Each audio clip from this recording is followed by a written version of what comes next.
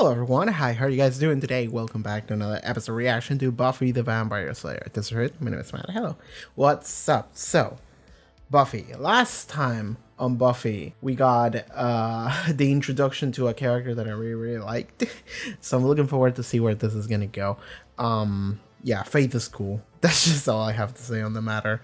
We'll see where this goes. I will say though that I immediately said like I went on YouTube and I was like I really like Faith basically on my community tab, and then people were like, I see that you met my favorite character, and I was like, okay, cool. Like this sounds like Faith is not gonna like immediately die like next episode, which is something that I was slightly worried about, not something I would have put money into, but it sounds like people like this character a lot as well. Unless everyone is in on a joke, that would have been cool too. That would be wild, but yes, it sounds like people are also fans of Faith.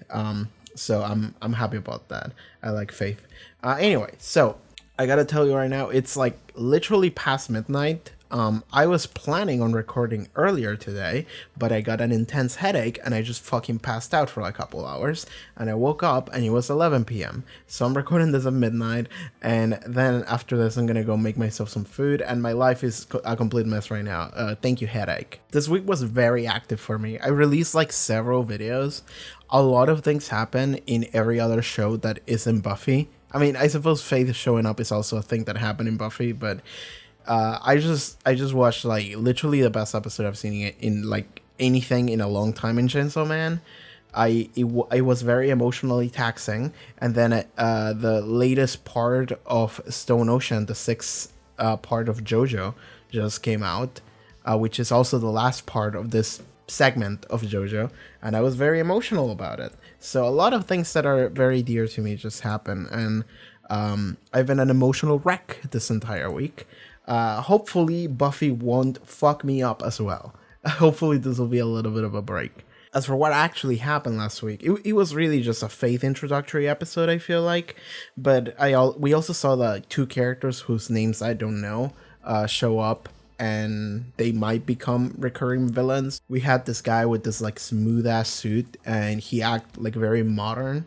And then there was another like lady vampire that went with him, escaped after they were like, yeah, Kakistas is gonna go down, fuck this guy. So that was that. I don't know if this is gonna matter much moving forward, but hey, let's go and see what's up in Sunnydale with this new character we got introduced. So yeah, Buffy the Vampire Slayer Season 3, Episode 4. Let's go.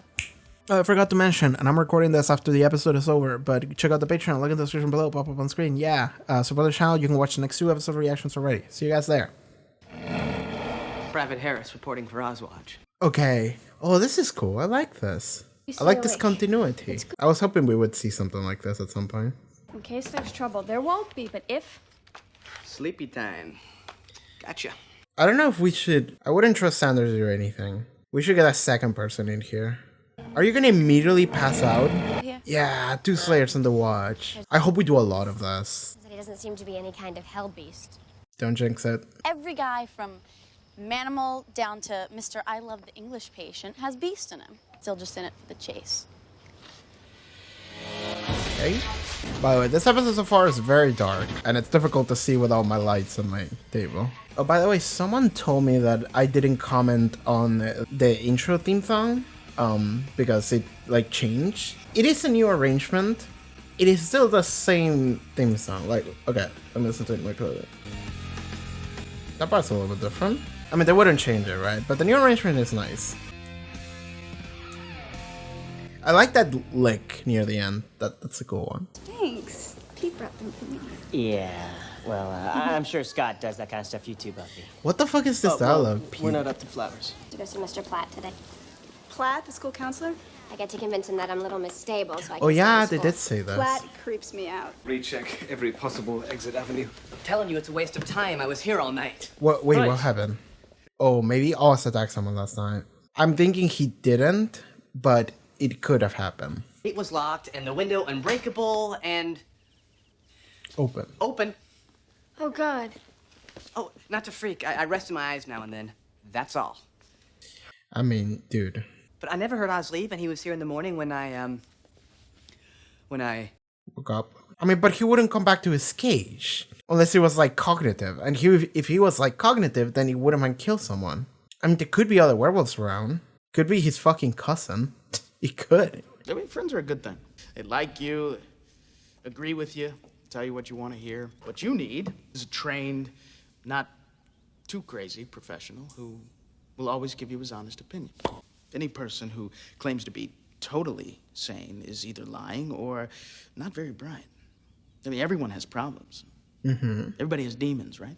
I don't know about the demon part, but in this case, it could be literal. People can change. You can change. Now, Okay. it's your turn. Let's start with why you ran away. I'm moving on. I feel good. I'm even dating someone new. That's All good things. But still, you're bringing me in at the end of the movie. I was dating someone. It ended badly. Well, tell me more about this guy, the bad ending guy. Oh yeah, he did come back. I forgot about that. He was my first, and then he, Changed. yeah, He got mean, yes. and you didn't stop loving him. Yes, Lots of people lose themselves in love. It's no shame. They write songs about it. that's true. The hitch is, you can't stay lost. Sooner or later, you have to get back to yourself. If you can't, well, love becomes your master, and you're just its dog. There's like wisdom to that conversation. I like that. But I'm watching out for that guy because they called him creepy. But we'll see what that goes. Okay, you know that thing where you bail in the middle of an upsetting conversation?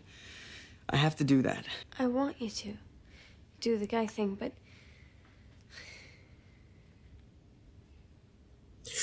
Okay, it's getting late. Get into the cage.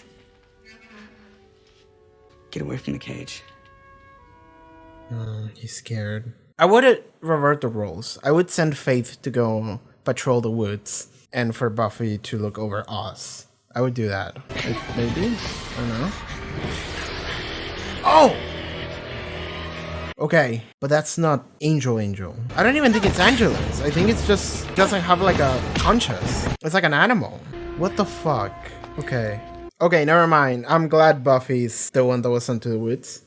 Man, if this wasn't like a PG-13 show, he would not be wearing pants. There's no reason why he should be.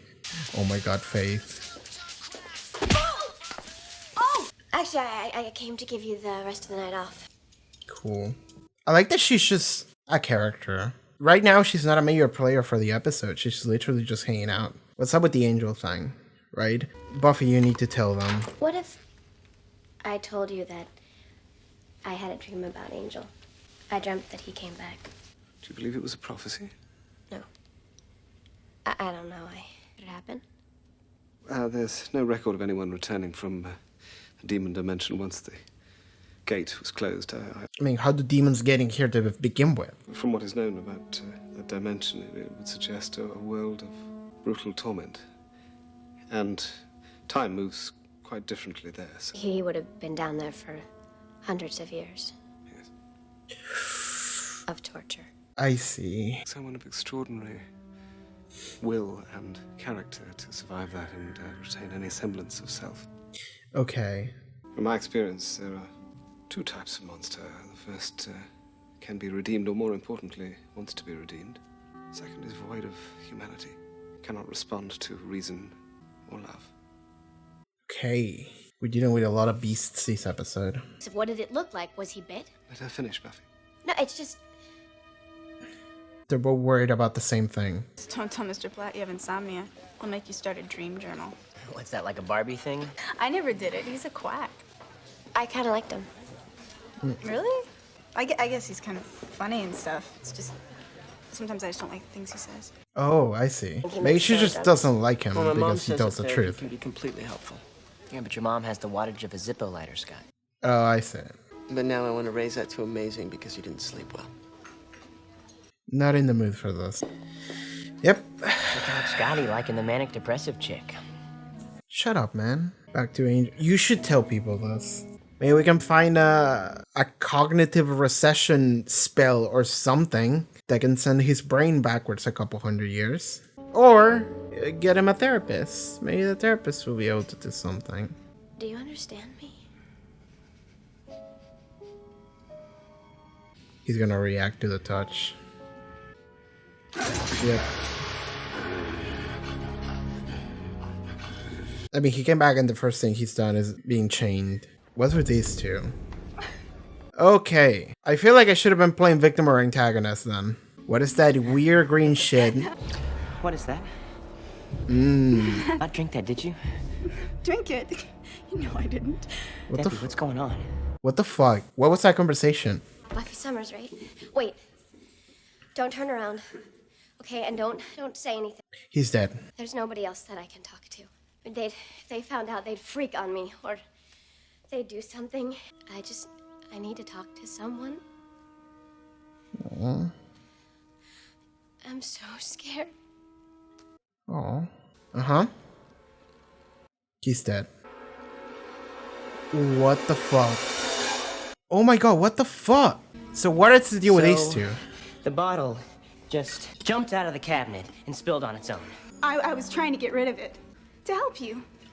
You know how you get. You think this has anything to do with how I get? Well, when you drink it... When I drink it, I don't need this anymore, okay? I am way past that now. See? No more. Because all it takes now is you, Debbie. You and your stupid grating voice.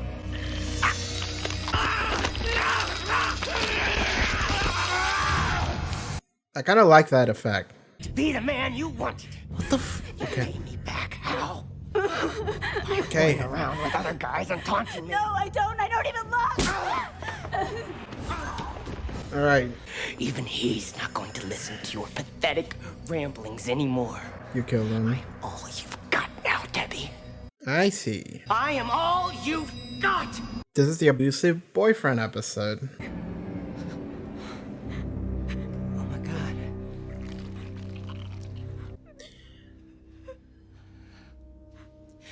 He's gonna do the thing. Mm-hmm. Yep. Listen. You know you shouldn't make me mad. Huh? You know what happens? Are you alright? Fuck off with this. It's okay. Okay, let's see where this episode goes. I have stuff to say about it. Oh, he's gonna notice that she was beat. Oh, yeah. Yeah. I'm such a klutz. Girl, you have bangs. You should use them better. I've done them before. Oh no, and now he's gonna be like, you're talking to someone else. Oh boy. We're gonna have a fight. Oz gonna get ambushed by this guy. And then it's gonna get nighttime and Oz gonna kill him, maybe. Debbie. Well, victim number 1, Jeff. He was in jazz band with us. They used to horse around. And we know that Debbie knew Platt. I mean, she was seeing him and way vocal about not having love for the guy. Add this and stir. I just saw Debbie a minute ago sporting a nasty black eye. What if boyfriend Pete's the one doling out the punishment? Okay, we got there. We should find them both immediately. What's going on, Debbie? I'll bet the farm you know. You're wrong. I don't know anything. Normally, I'd say you want to play I Have a Secret fine. But people are dying here. It's not his fault. I mean, he's not himself when he gets like this. It's me. I make him crazy. He just does what he does because he loves me too much. I gotta go. You have to talk to This us. episode is like a little bit too We can't much, help but you until you... in some ways I appreciate it. Oh, Angel's still a thing. It still matters. Is he gonna free himself? Yes, okay. How does he have a cognitive ability to hide himself during the day? Look at yourself. Why are you protecting him? Anybody who really loved you couldn't do this to you. Would they take him someplace? I could never do that to him. I miss everything. So are you to live out your grim fairy tale? 2 people are dead. She doesn't like being told the truth. Oh boy. Since when do you touch He's going my to girl? free him, and then Oz is gonna be out of control. I hate this. All of them are gonna be out. Oz and Angel and everything. Why is no one watching Oz? He does love me. This is useless. We have to go. I have to find Pete. He does love me. Come on. He does love me. I think she was broken before this. Yes. That's the most trauma response. I'm trying to think about how much I want to overshare during the discussion for this episode.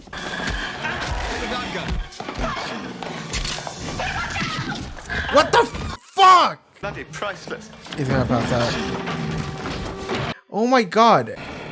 You get the rope. Got it. Why is she here? Literally. Andrew is also free, by the way. The fact that he freed himself during the middle of the episode makes me worry about what's gonna happen later. Otherwise, he would have freed himself near the ending. You're all right. God, you're all right. She almost shot you. He's still transformed. He's still angry. How did she know, Debbie? Yep. It seemed like she just knew. So you filled in the blank. What did I expect from a screw-up like you? You're nothing but a waste of space.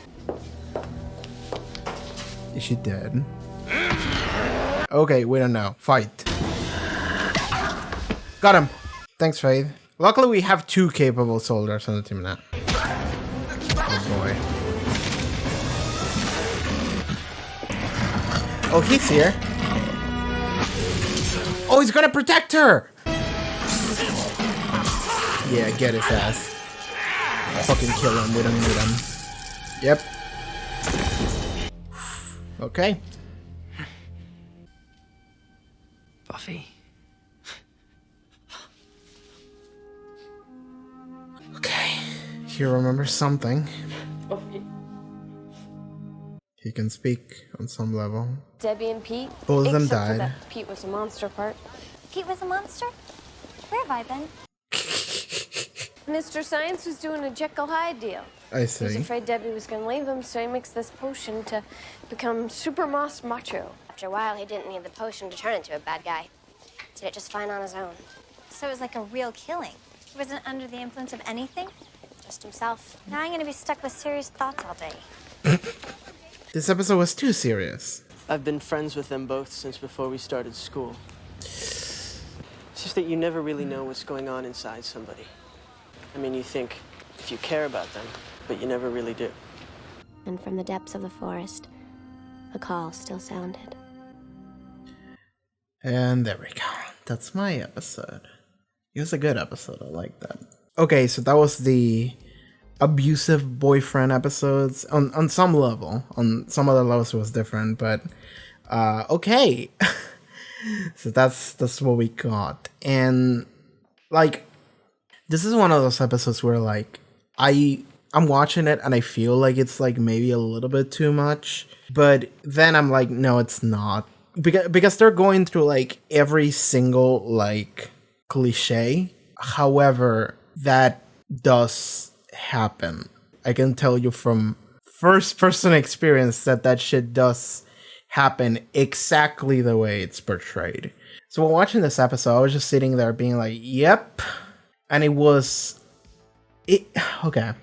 is uncomfortable, but at the same time, it's like I'm 26 years old, right? And even then, age doesn't matter that much. But I understand that the demographic for the show is like a little bit younger. So for me, I feel like this episode is almost like, I can imagine that there's a lot of people who watch this episode and they had like a realization, you know? I can understand that a lot of people watched this episode and they were Debbie. And then they were like, okay, maybe I realized something after watching it. So on that level, I like this episode and I understand what it's doing. And even though it feels like a little bit too much at times, other people, I can imagine that it's like, okay, this is something that helps them, right? So I like that. I do like that. There was a lot of parallels to draw in this episode between Pete. That was his name, right? Pete. We got Pete, we got Angel, we got Oz. And it's all about like, you know, your boyfriends are beasts on some level, right? But I think that what the theme or message or the idea that it's carrying here at the end is the fact that Pete wasn't a victim to his like chemical shit that he was doing. He was using that kind of as a superpower juice, but in reality his own like anger and issues is the actual evil that caused everything, right? So every scene that we see Pete saying shit, it is unclear in the episode as you're watching it, whether or not it is the weird, creepy chemical juice that is making him like that.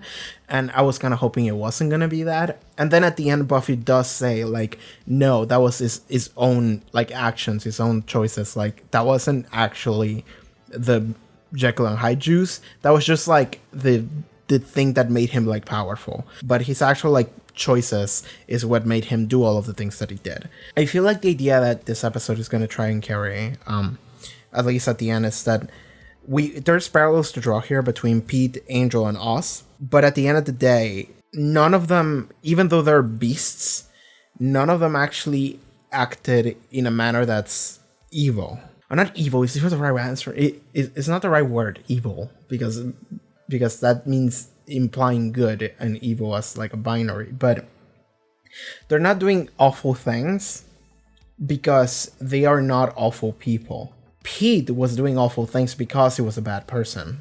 And we see here at the end where Angel just shows up and he actually saves Buffy. And then he just says Buffy and just falls to his knees. And I don't think he has full cognitive ability. Like, okay, because we only see him transform human and say Buffy and just fall to his knees and just says Buffy again. And then the next time we see him, he's just passed out on the floor. So he's kind of like an animal. He's kind of like a dog. Honestly, he's kind of like a Pokemon. He just knows how to say Buffy's name, not his name.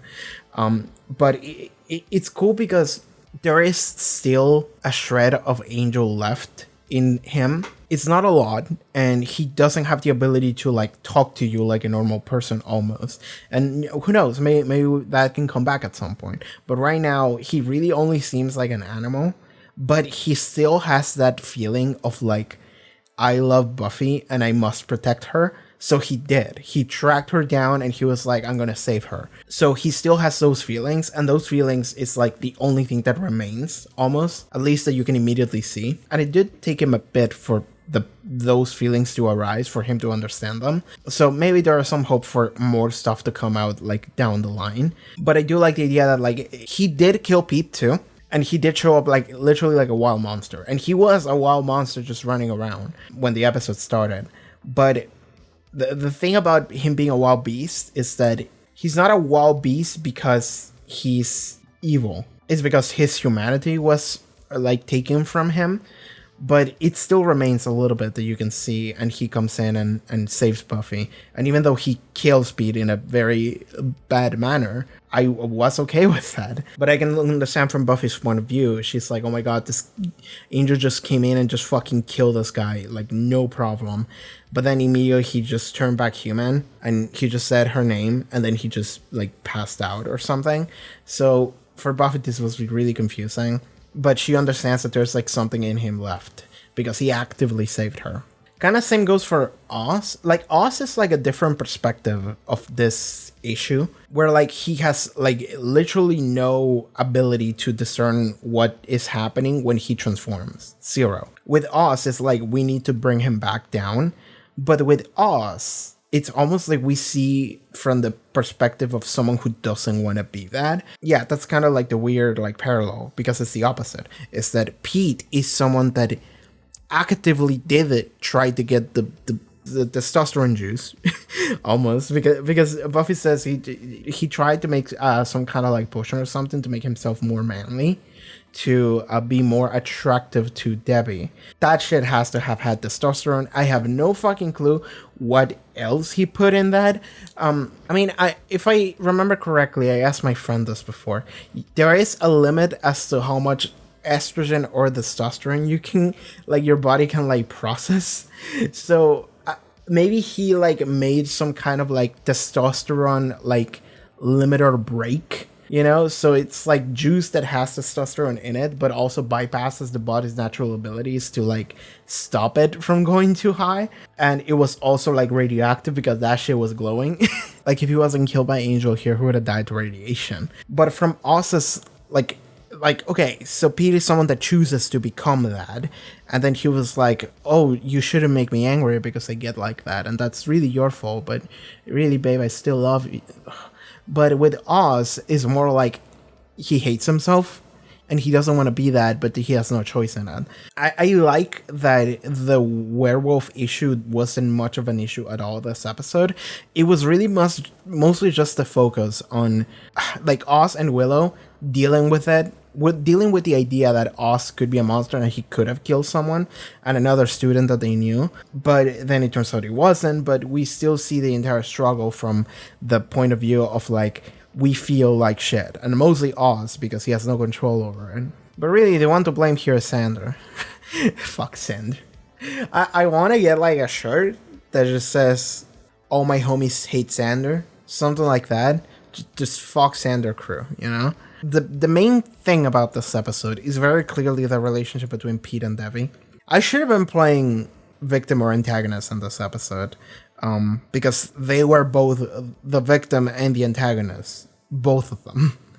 But so, okay, Debbie's such an interesting character here, because it's almost like it's a character that's meant to teach you something. I was watching out for the therapist for a second. What was his name? Platt. I like the character a lot. He's like a little bit in the story was really cool because, okay, so we had only one scene with him, and the entire time I was like watching out to see like what my like thing about him was going to be, because earlier Debbie says, "I don't like the guy, he's creepy." So I was like, okay, is he gonna be like a weird cartoony villain of the week evil guy? And so whenever we got to him, I was like, okay, let's hear what you have to say. Should I be watching out for you, or what's the deal? And what he said was actually like very down to earth and actually very cool. He had like one line that was like a little bit cynical, but I understand what he meant, and he's not wrong, which is, he said, "Yeah, you don't want to be friends with me. A friend will just tell you what I want to hear. I'm here to be a professional, someone who's going to tell you things that you don't like. I'm going to be honest with you." And good. Like, that's actually a good thing. Like, it's weird for me because, like, this is one of the reasons why it's hard being a friend with me, is that I will be that friend who will actually be really honest with you. Like, it's difficult for me to like just agree with something that I don't personally agree with. So whenever I see someone with issues, I'm the person who's like calling you out on the issues and the things that you're doing wrong, and that will make you upset at me. And I always have this thing where like, well, like it's difficult to interact with people because people don't like it when I say things to them. So I suppose in some ways I was born to be a therapist on a level, but I did think about it at one point, and then I dropped out of high school, and I was like, nah. Realistically, I don't think I would have liked to be one. Now that I'm at this point in my life, I don't think I would have liked that. I'm getting sidetracked. What was I talking about? Plaid was good. And so he has this thing where he actually does help Buffy out. Buffy has a scene and like she comes in with like kind of an antagonistic approach of like, I gotta talk to this guy and I'm not gonna tell you a lot. I don't want to talk about my life. And I understand that too because, well, first of all, because a teenager doesn't want to talk about stuff, but also because she has the vampire slayer, so we can't tell you about all the details because of my supernatural life. But at the same time, Plaid like understands, and he's like, "Tell me what happened." And Buffy talks very vaguely, and Plaid is like, "Okay," because he's not gonna ask you about the specifics. Really, he's asking her like, "Okay, then what happened? How did that make you feel?" Like, okay, talking about Angel, because like the problem is that something happened and then she didn't stop loving him and she feels stuck. And then Plaid is like, you know, like you have to go back to yourself. You can't just get stuck in this like love that you felt for this guy who turned out to change and become a worse person. And all of this it's still applying to Angel, but it is big enough that it's like, okay, he makes it something that's like real and something that could be help for someone in this situation. Even though Buffy's case is weird, but it still kind of applies. And there is really wisdom to what he says. Like there's actually a level of truth here. It's the fact that like you can't just stay stuck for like, let's say 8 years off the top of my head. Let's just say you can just get stuck on like something that happened with a person for like 8 years. But at some point you're just going to have to be like, man, let me just live my own life, right? Let me just have my own feelings and emotions and just like try to like enjoy new things, experience new things, do new things, meet new people, all sorts of stuff. Because if you just stay there stuck, nothing's gonna happen. You have to move yourself. And I like that that scene. There is wisdom to what Platt says.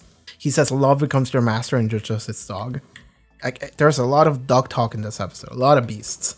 There's a lot of dogs. It's almost like Chainsaw Man.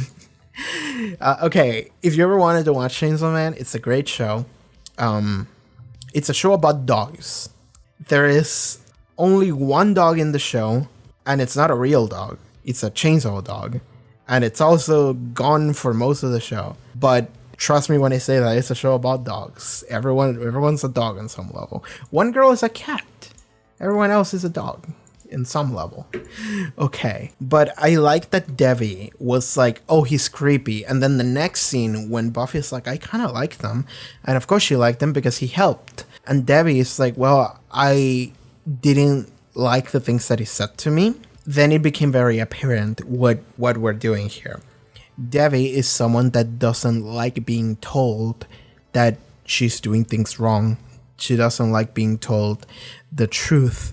And like, I say she's someone like that, but the reality is that most people are like that. Most people are like that. Most people don't like being told like what's wrong with them. They're doing something wrong or they're a part of something that's not cool. Like most people don't like being told the truth when the truth is something that could be interpreted as negative. Like this happens to everybody. This happens to me too. And I have to like try and ground myself. But like this is a real thing. This is why therapists literally exist, because the reason why a therapist exists is to tell you the things that you don't want to tell yourself, right?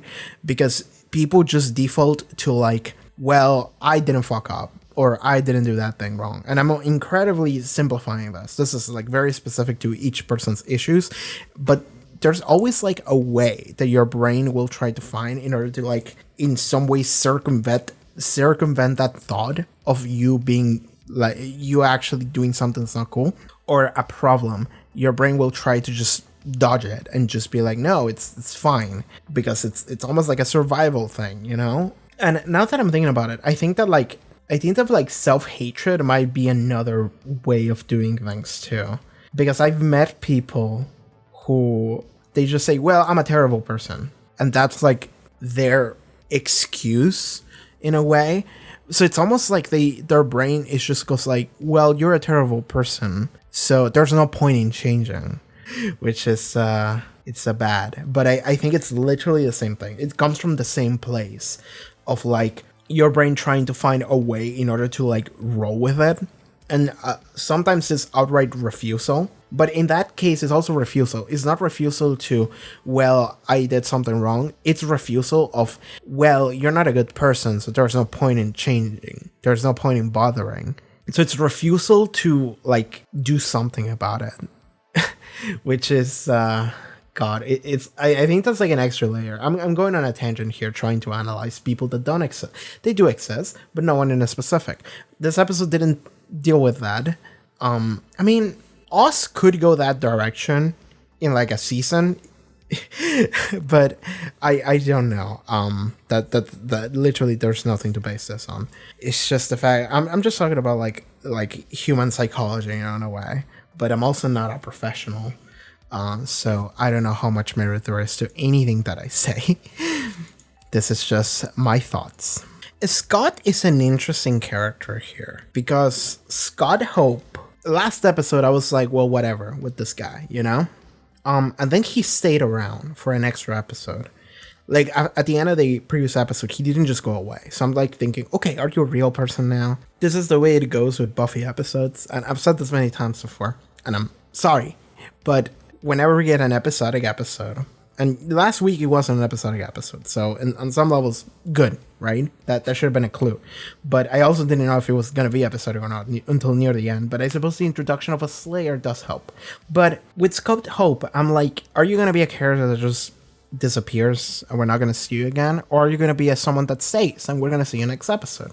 And he stayed. We see him this episode. That's good. I like that. Now we have to like Okay, so in this episode, he tries to be with Buffy, and they keep comparing themselves on some level, or at least the show tries to do so, to Pete and Debbie, and then Pete and Debbie literally die at the end of the episode. And then at the end of this episode, he's like grieving about them because he's like, I knew them, like even from before school, and Buffy's there for him and tries to like console him in some way. But he talks about how you don't actually know what's going on in a person. You think if you care about them, but realistically, you're never gonna really fully know. I can see this episode being like really important to some people at some point in their lives, you know? What this episode does is like somewhat specific, not fully specific, but somewhat specific. And I can see people being like feeling like seen by this episode, right? Like this is like, I'm thinking about like Go Fish. And in Go Fish, you can see that I have a physical reaction to whenever I think about Go Fish. But Go Fish was a weird episode, and it wasn't trying to do anything like this. It just made a couple of rape implications and jokes every now and then, you know, normal stuff.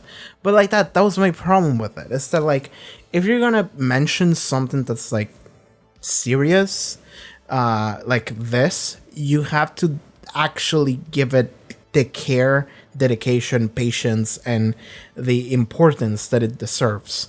And I feel like this episode did it really well. I really like this episode. It is some scenes are tough to watch. They are. For some people more than others. But if anything, this episode was heavily about dealing with stuff like that, accepting them, acknowledging them. Like, for example, there is a scene where Buffy and Willow go confront Debbie, and Debbie is in complete refusal. Debbie is like, no, he loves me. He just gets like that when he's angry. And okay, again, every single cliche that we can milk out of this situation, but also this is reality. So I can't say anything about it. This is just the way it is. But all of the lines, all of it showing that, hey, this is how it is. But like at the same time, Buffy and Willow act as the reality check here. And there's a parallel to draw to Buffy and Willow being like the therapist. Like this is like almost like a therapist session here when Buffy and Willow talk to Debbie, because they just keep telling her, 2 people died, people are dead, we need to stop this guy. And she was like, no, like he's good, he's fine, he loves me. And it's like, girl, people are dying, tell us. And she's like, are they gonna take him somewhere? And they're like, probably, telling her the truth. And she's like, no, but I couldn't do that to him. It's like, Debbie's an interesting character in this episode. I didn't complete my thought earlier, I'm sorry. But Debbie's interesting because she is the victim in this abusive relationship, but then she just dies at the end, right? She's someone that doesn't make it. And on some levels, I feel like she's more like a message almost to the audience, you know, like this shit can happen. You could be this person. You have to be careful, and you have to acknowledge the truth and like actually like, because the problem with Debbie is that she never admitted the truth to herself, right? Which is, he's a terrible person, he's gonna do terrible things. And she just kept excusing it. She just kept saying like, no, he's fine, he loves me, okay? So she never got out of that box. Even though she's being a victim here, she's literally being beaten up because Pete does the thing that every abuser does, which is he beats her up, he blames her for being angry, and then he's like, no, it's okay, baby, I'm sorry I hit you, but you know, you shouldn't make me angry like that, you know I love you. Okay, so Debbie becomes an interesting character here because she is the victim of the abuse, but then she goes the full way. She becomes a full victim, and she ends up dying because she even helps him, right? She hides the information from them. She doesn't tell them where he is or what he could be doing. She doesn't tell them anything, and Buffy's just like, well, fuck it, we're just gonna go and try and find him ourselves. And then when they do, she's the one that like helps the gun not being shot at. They're not even gonna shoot it at Pete, they're gonna shoot it at us, but she's freaking out. She's like, no, watch out, gun. And she just makes them shoot Giles instead, which was a little bit funny. But she's like doing everything she can in order to help him, and then the cycle of abuse is complete when she goes back to him and she's like, are you okay, baby? Oh my god, I was so worried about you. Do you see that I helped you? And he was like, fuck you, bitch, you tell them, even though she didn't, and he just kills her. So yep, she's an interesting character. I really like. I can understand that watching this episode can feel uncomfortable and almost discouraging, but at the same time, this is important.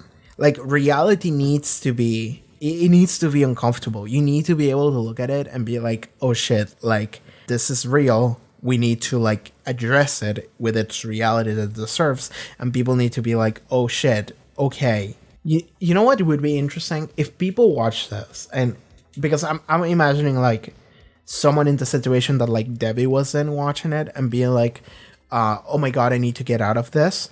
It would be really interesting if people in the situation of like Pete watched this and they were like, I have issues, right? I have issues. I need to go search for help because I've done all of these things. And like, I can imagine that like those people probably exist, right? Because those people are still people. Like there's no like weird good and evil binary. Even Pete, like even with, he started using like chemical juices and shit, and given that's not what made him bad, but he was doing it because he wanted to be more appealing to Debbie, and it seems like they were friends from even before school.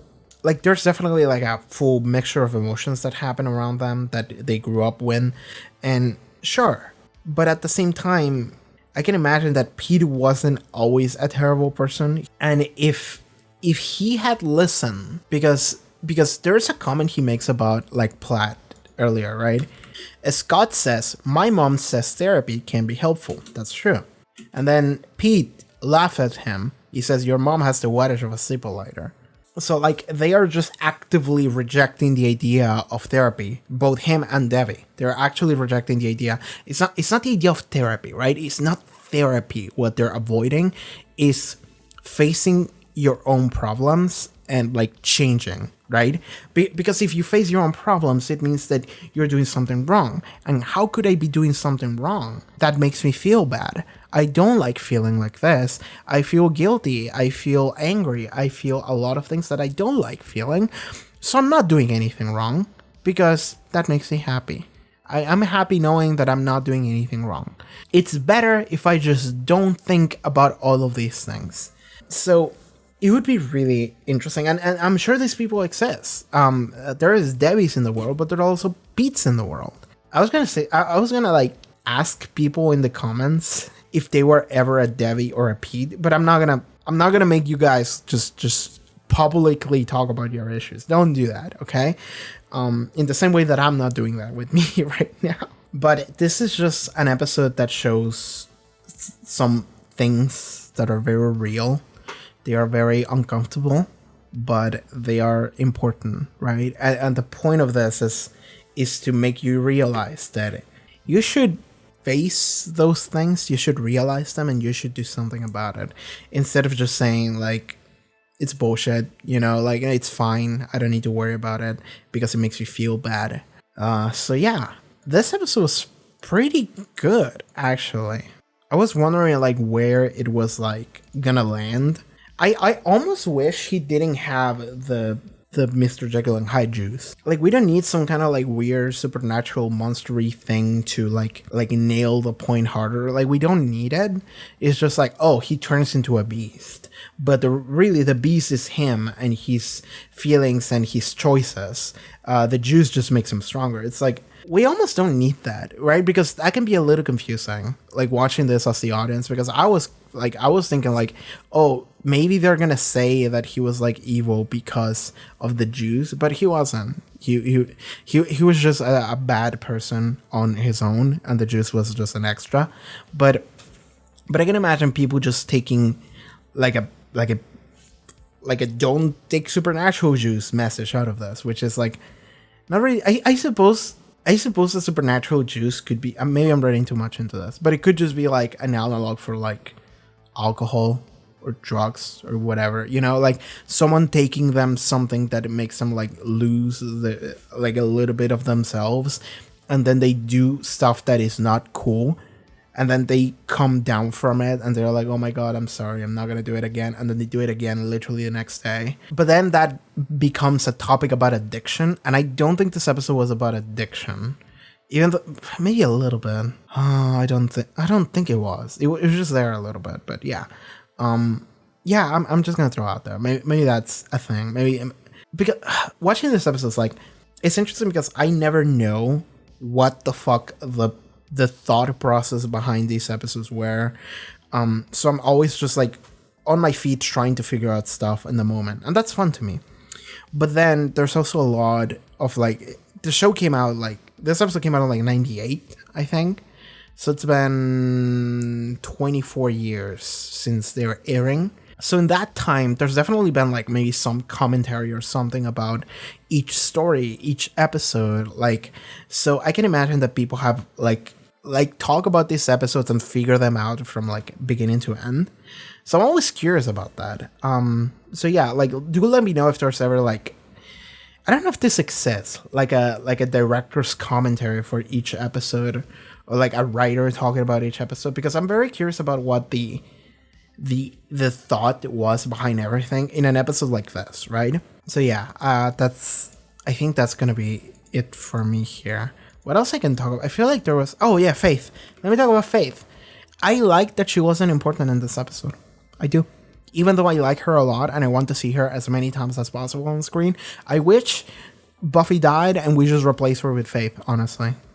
Not really, not literally, okay? Don't fucking come at me for this. But honestly, like, I would follow a show where it was just Faith, and I would probably have more fun than if it was a show where I follow Buffy. Honestly, like, if the spin-off was an Angel, it was Faith, I would watch that shit. I would be watching that shit. But I do like that she wasn't that important in this episode, because that makes her, like, fit in more. Because previous episode, it was about Faith. This episode is like, no, she's just part of the crew. And it's cool that now we have a second capable person in the cast. Because before that, like, we are making, like, Willow and Cinder and Cordelia, like, more capable. Us on some level, too. But they're not capable in the sense of, like, we're gonna fight the monster ourselves. They are capable in the sense of, like, we're investigating. We're sneaking into a morgue and looking out of a dead body. Which is a funny-ass thing to do for a couple of high schoolers to do, but this is what we're doing. But when it comes to, like, fighting, this show doesn't really have any competent fighters aside of Buffy. I like that Faith shows up. I do. Because now, for example, in this episode, we had Oz being a werewolf, and it's like, okay, they can, like, they have to, like, stop him. And it's like, okay, Faith stops him. In like as a C plot, you know, it's just like, yeah, it's just like a couple scenes where Willow and Faith are just hanging out and they just shoot him and they just stop him, and there you go, that's it. Like, Buffy doesn't have to worry about this shit. Buffy can do her own important storyline, like, and they do the weird other werewolf storyline that doesn't matter. So I can understand how this can work as, like, for the betterment of the show as a result of that. You know, like, a Faith will take care of the whatever the fuck bullshit monster, and Buffy will go and have the thematic plotline happening that really matters to her. So this can be interesting, because at least that's the way it worked in this episode, so that was good. I think that's going to be it for this review of the episode. It's almost 2 a.m. I'm going to go cook myself some food, because I've lost control of my life. Anyway, that's going to be it for this reaction episode to Buffy the Vampire Slayer. See you guys next week. Alright everyone, thank you so much for watching this episode reaction to Buffy. If you would like to watch the next 2 episode reactions to Buffy, you can already do so over at the Patreon. Check out the link in the description below, social media links, also cool stuff that I do. I'll see you guys next time. Take care everybody. Bye bye.